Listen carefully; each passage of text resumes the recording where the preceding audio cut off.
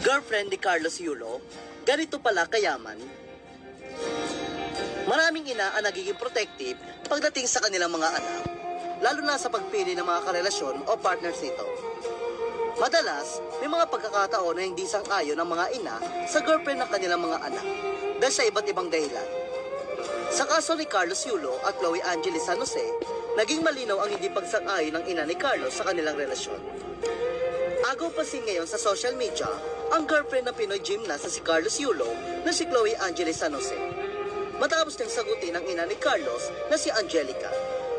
Sa isang interview, sinabi kasi ni Angelica na si Chloe ang mitya umano ng away nilang mag-ina. Iginit din niyang wala siyang nanakaw na pera mula sa allowance at mga premyo na nakuha ni Carlos. Ani ni Angelica, wala kaming ninakaw, wala kaming ginalaw na pera niya. Ang naging mitya lang naman talaga ever since yung babae talaga, lalong lumaki.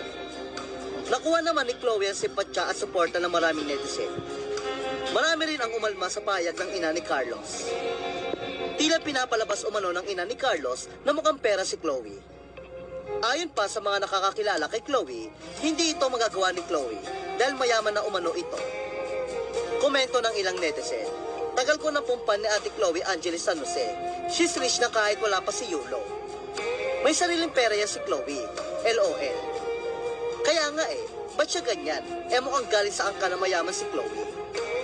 Gusto ata kunin lahat, makikitain ng anak. Now kasi naka-gold at milyones ang darating. Diyos ko, yung kondo nyo sa Manhattan, parang 10 doble pa ng presyo ng itsura ng bahay nila. Si Chloe Angeles San Jose ay ipinanganak noong Mayo 16, 2002 sa Melbourne, Australia. Natapos niya ang kanyang primary at secondary education sa Melbourne bago magpatuloy sa University of Melbourne, kung saan kumuha siya ng degree sa media at communication.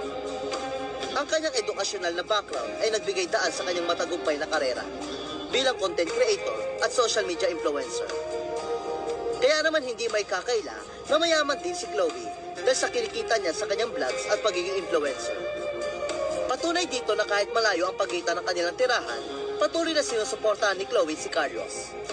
Mula sa Australia, talagang bumiyahe pa siya patungong Hanoi, Vietnam, upang panoorin si Carlos sa 31st Southeast Asian Games noong 2022.